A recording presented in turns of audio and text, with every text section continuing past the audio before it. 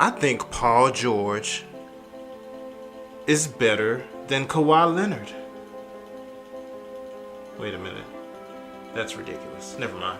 What up, Hype Squad? It's your boy Lucrecio coming at you with another video, alright? And if you're new to the page, welcome to exceedthehype.com. To join the Hype Squad, all you gotta do is click subscribe, alright? So today's video is about whether or not Paul George should be considered a better player than Kawhi Leonard. Now, I know that sounds like a crazy question because Kawhi Leonard, by a lot of people, is seen as like the third best player in the NBA, at the least the fifth best player in the NBA. But today I'm just gonna point out a couple things. So even though Kawhi Leonard has that status in the NBA right now, at one point Paul George was ascending to a very similar status as a two-way player, as a leader of a franchise, as a perennial playoff team or whatever. He was, as a leader of a perennial playoff team, he was ascending to the same status. He did break his leg. It was a setback. He lost the season, and then even after that, he wasn't quite the same after he came back. Well, now it looks as if Paul George is starting to trend back in the direction that he was going to begin with, right?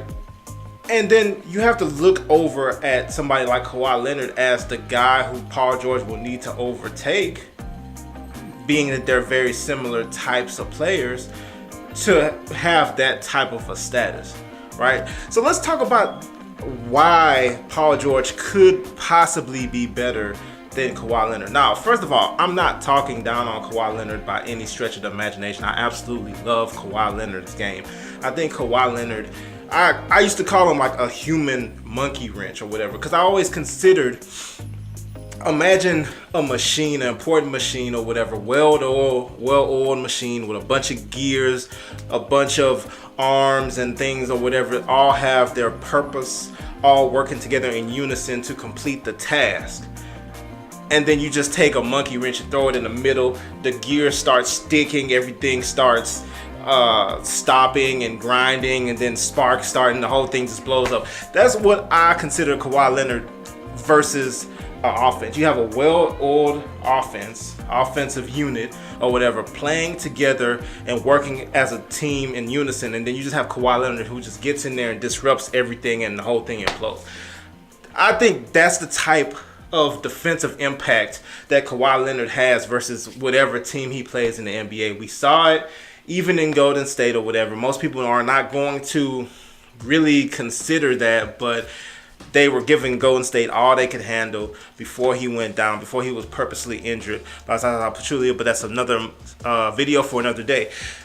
Kawhi Leonard, he has a very advanced post game. That's been basically what his offense is based around first, right? His post game. He's become absolutely automatic from mid-range. All those fadeaways and mid-range jumpers or whatever that he takes and makes, he shoots at a very high percentage. He's a very efficient scorer. He averaged this last season 25 points per game, even though he wasn't even seen as an offensive player originally in the NBA. Just outstanding for Kawhi Leonard. He shoots a higher, it seems like year after year, his field goal percentage gets higher and higher. And basically for the vast majority of his career, he shot a higher field goal percentage than Paul George. He also has a better work ethic, right?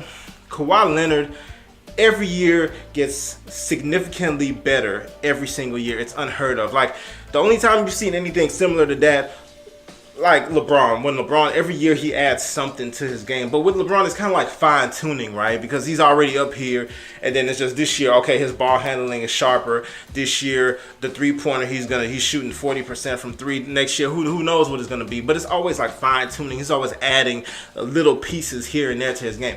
Kawhi Leonard comes back significantly better every year of his career. One year, he's a rookie. He comes back. He becomes a defensive, stalwart. Then the next year, you start to see him add some offense. And then next year, he's averaging like 17. Then next year, he's averaging 25. It's just a ridiculous progression with Kawhi Leonard. It's scary because if he continues at that same rate, who knows how good the guy's going to be. So I attribute that to work ethic. I just feel like he works tirelessly. That's the only way that you can explain getting that much better year after year in the NBA, where these people are already almost at like the peak of most human beings or whatever. I think he has a genius level defensive awareness. Kawhi Leonard does. Like, he's somebody, or defensive basketball IQ, whatever you want to say. He's somebody who will sniff out exactly what the opposing coach is trying to do, and he's somebody who could disrupt their offense single-handedly. So that's definitely something that not a lot of people can do. He's very versatile defensively. He can sit there and switch off on your point guard, and then he could play your power forward as well. As far as guarding your power forward in the post or whatever, he can do whatever you need him to do at any given time on defense. So that obviously, that description is one of a very outstanding player, right? One of the best players in the league. But I'm here to tell you, Paul George just might be. Well, let's see. Paul George is a better shooter. He shoots at a higher percentage from three every year, even on more three-point percent. He shoots a higher percentage on more three-point attempts every single year than Kawhi Leonard. He's a better scorer. He's a more versatile scorer. He's somebody who can shoot threes at a very high clip. He can also attack off the bounce. He can attack the cup better than Kawhi Leonard. He's somebody who's a better ball handler than Kawhi Leonard. He's a better playmaker. He's a better passer. He can get his teammates involved better than Kawhi Leonard. He's also more athletic than Kawhi Leonard. Now, I know that may be hard for most people to like quantify. Like, okay, well, what's more? Kawhi Leonard looks very athletic to me. Well, Paul George is faster. He's quicker. You know, he has a quicker first step or whatever. He has a higher vertical. Like, he's just more athletic. He's also 6'9". And he's 6'9". If you look, next time you watch basketball or whatever, especially Thunder and Golden State Warriors, whenever Kevin Durant and Paul George are next to each other, pay close attention to how tall they are in comparison. Paul George is nearly just as tall as Kevin Durant. And we all know Kevin Durant isn't 6'9". Kevin Durant's like 7 feet tall. Paul George is almost right there with him. Both of them are bigger than LeBron. LeBron is listed at 6'8" officially. LeBron is like 6'10", right? So these guys are obviously huge, but Paul George is a huge guy versus Kawhi Leonard, who's like 6'6" or whatever. So he's taller, has longer arms, and he's more athletic. He's also not a slouch on defense. Like, a lot of people forgot how Paul George, originally when he got in there, he was like a defensive stalwart. That's why I say his and Kawhi Leonard's career kind of have followed the same arc up to this point or whatever. He's a very good individual defender. He's somebody who could lock down, you know, 3 positions on a perimeter. Maybe, you know, you can try him with a point guard, and it could work out. It could not. It just depends on who the point guard is. But he's somebody who can literally lock somebody up on the perimeter. He's long, he's quick, laterally or whatever, and he just has good defensive principles. He can lock you up on a perimeter. He's also a very good help defender, so he can get in the passing lanes. He can he has very long arms or whatever. He has good instincts, so he can get his hands on a lot of balls, cause a lot of deflections, cause a lot of trouble.